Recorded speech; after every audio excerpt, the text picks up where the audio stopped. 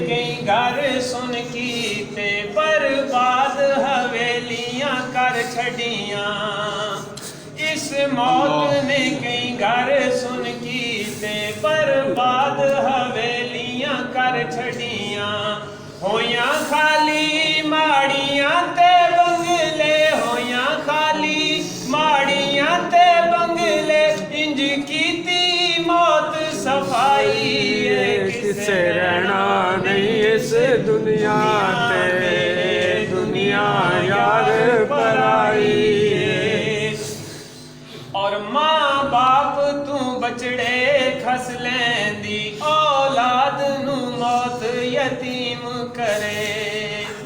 मां बाप तू बचड़े खस लैंदी, औलाद नू मौत यतीम करे। यार